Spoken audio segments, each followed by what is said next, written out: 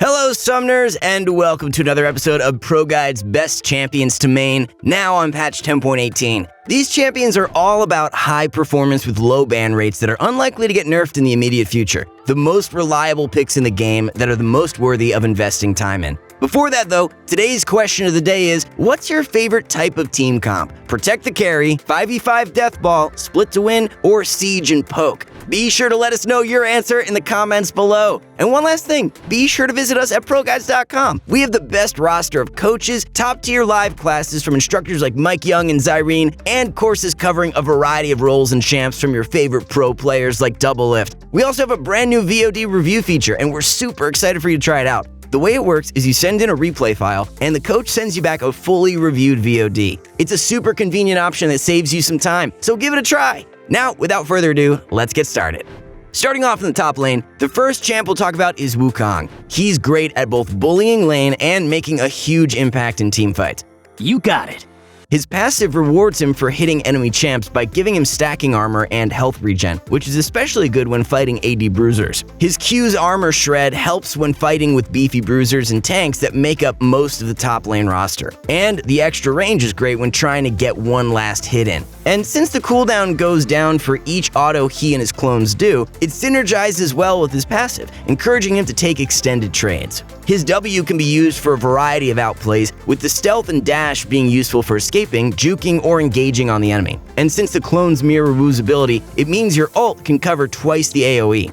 E is yet another gap closer, and while it doesn't stealth you, the attack speed steroid is nice. Ult is what makes Wu such a teamfight monster compared to other bruisers. The huge AoE Cyclone is a combination of huge flat damage, a solid knockup, and max HP based damage, meaning no one is safe from the whirling death. Probably one of the least played champs of all time, It's your funeral. Yorick can be an incredibly frustrating experience for the other team to deal with, especially since not many people know how to play against him. His passive stacking up graves means you can summon your ghouls anytime you either want to hard shove the wave or take a trade on the opposing laner. Q is your bread and butter trading ability, since the empowered auto not only does extra damage but also heals you. W's use when going for all-ins is incredibly powerful, allowing you to trap immobile champs as you start beating on them with your shovel. It also doubles as a safety net against ganks, buying you some time to escape. As an extra note on this ability, it's especially good against mages in the top lane, since they don't have auto attack resets or build into any attack speed, taking them extra long to break the wall. E doubles as an all-in and poke tool. The slow means you can catch up to your target yourself, or you can just let your ghouls leap at them and go for a smaller, safer trade. Yorick really comes online once he has his ult, with the Maiden giving him incredible dueling power. She never expires, so melee champs without any ranged abilities can find this especially oppressive.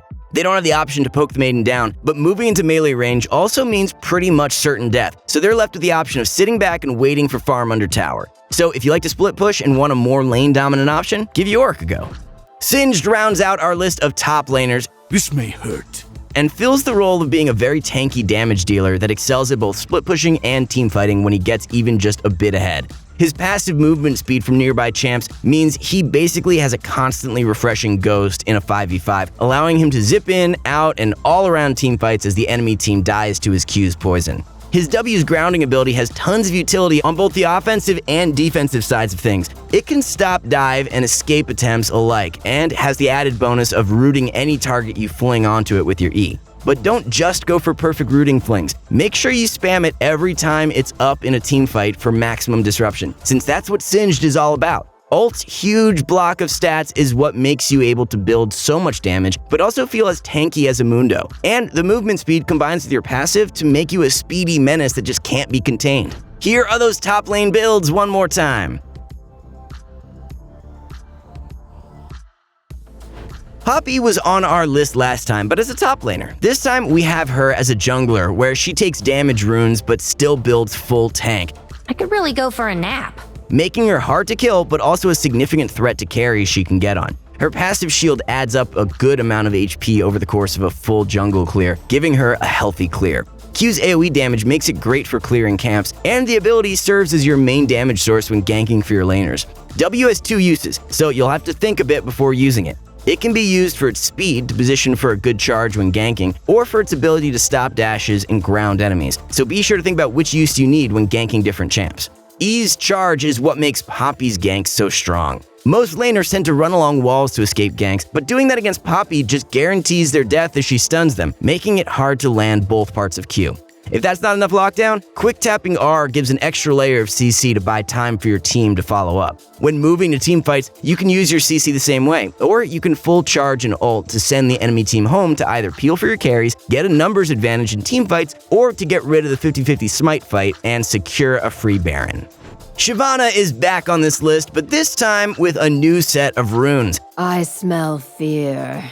While the build is still the same AP one we're all used to seeing most of the time, this setup trades out the old playstyle of mostly just spitting fireballs and gives her much higher DPS in extended fights. With the Dark Harvest build, Shiv relied on enemies staying back, but if they could survive her fireballs and get in her face, she wasn't really able to do much about it. Conqueror synergizes very well with her Q, E's, Marks, and Nashor's Tooth, giving insane on-hit damage when fights end up in melee range. Her W and E's AoE damage give her a very quick and healthy jungle clear, while E's Mark helps her to shred objectives.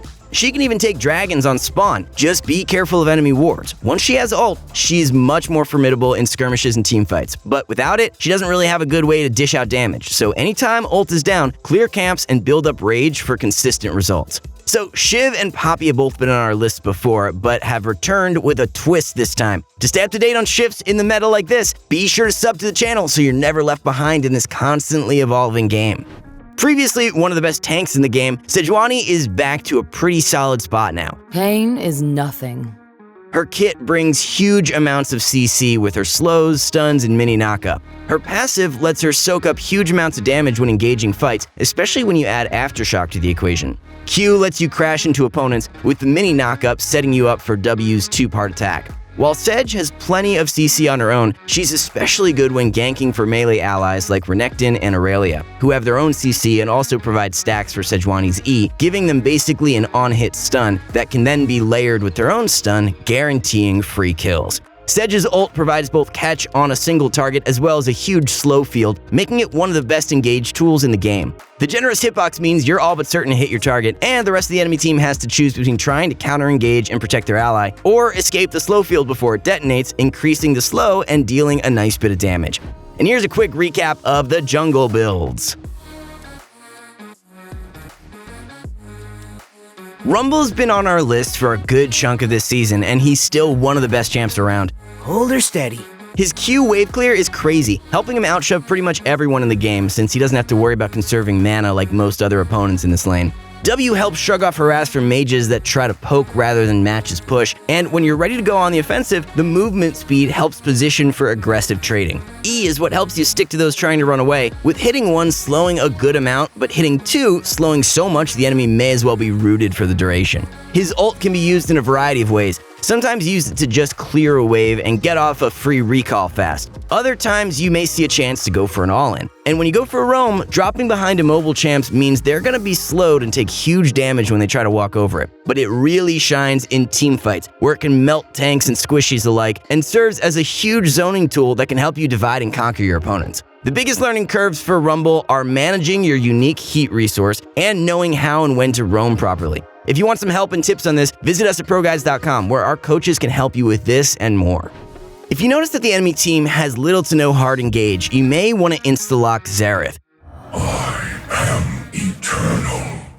In lane, his Q serves as his main wave clear, and angling it right means you can also kill 2 birds with 1 stone by also chipping at your opponent. Once you reach 2+ items, it doesn't just chip at enemies. Just landing 2 or 3 can send enemies back to base with its ridiculous poking power. While you can pretty much spam Q constantly, W is an ability you want to use with a bit more thought. It's good for setting up yourself and your team for landing other skill shots, with the slow making it extremely easy to land a follow-up E stun and Q for a huge chunk of damage. But be careful, while W and E are strong offensive moves when you can land the combo, these are also your defensive spells, and since you're immobile, you want to have them available to escape from ganks without having to blow your flash. Ult is a very powerful artillery spell, but you want to be mindful when using it. Make sure you're somewhere safe, and that there isn't an enemy nearby that can take advantage of you rooting yourself and looking elsewhere. It's best used from the back of a team fight, or even under a tower to ensure you're in a safe spot.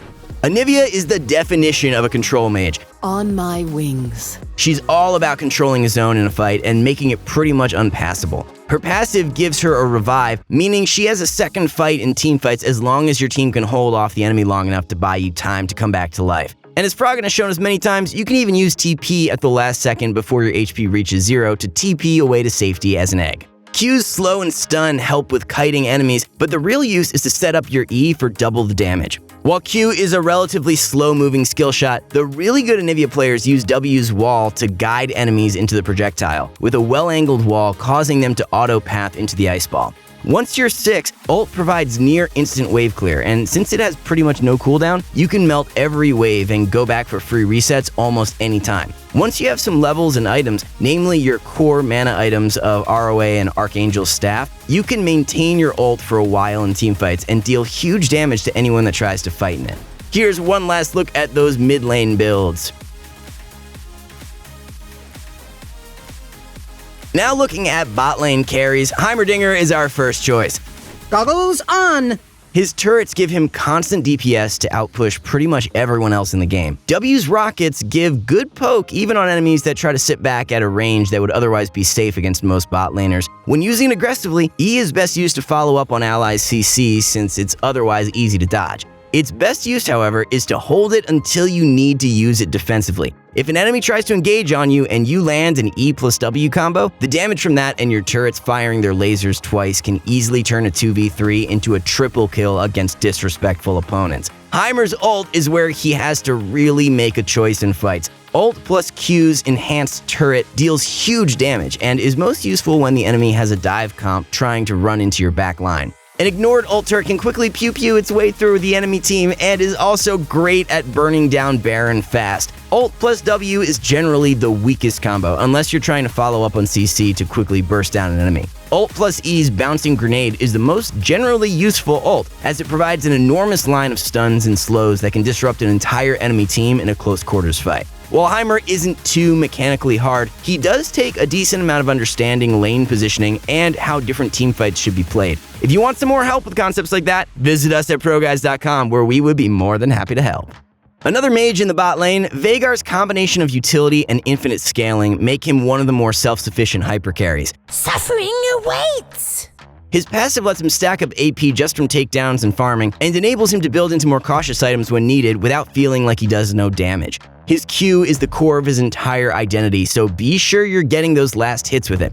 W is basically just a fat AoE damage nuke, but you're going to want to use it mostly for wave clear early game, letting it get minions low, then using Q to last them. E's Cage gives a crazy amount of zone control in lane and in fights. It can be used offensively, keeping enemies in a controlled area while your support or jungler engage a fight. It also doubles as a defensive cooldown, with the Cage halting any aggression and even stopping dashes from enemies that try to dive on you. Ult serves as a devastating finisher, with it growing in power the lower your target is. Once you farm up and have some passive stacks and items, you can get a bit more aggressive. If you see an immobile enemy out of position, shoot out your GLP to slow them and follow that with a Cage. If you hit the stun, your following W plus Q plus R combo should delete them from existence. For the traditional marksman lovers, Sivir rounds out the bot carries. Everyone has a price.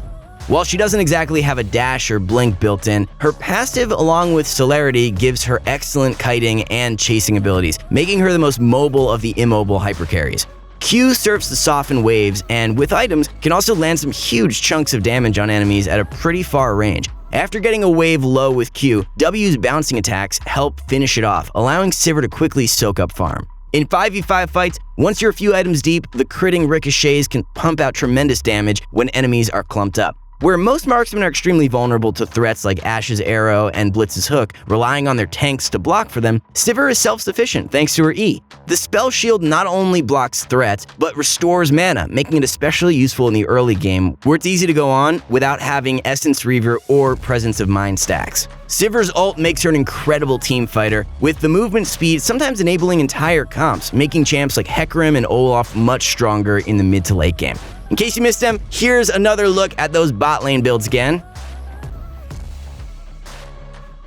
Now for the last role, our first support is Nami. Arguably the most aggressive of the enchanters, Nami is the healer you want if you play to win lane. Feet are strange. The movement speed her passive grants allies is great when you want to enable your team to either kite out or engage, and when combined with the slow from her E, it can make any ADC a budget approach velocity Ashe. While Q can be used to try to land aggressive stuns for trading, you mostly just want to sit on it and use it defensively when ganks come in.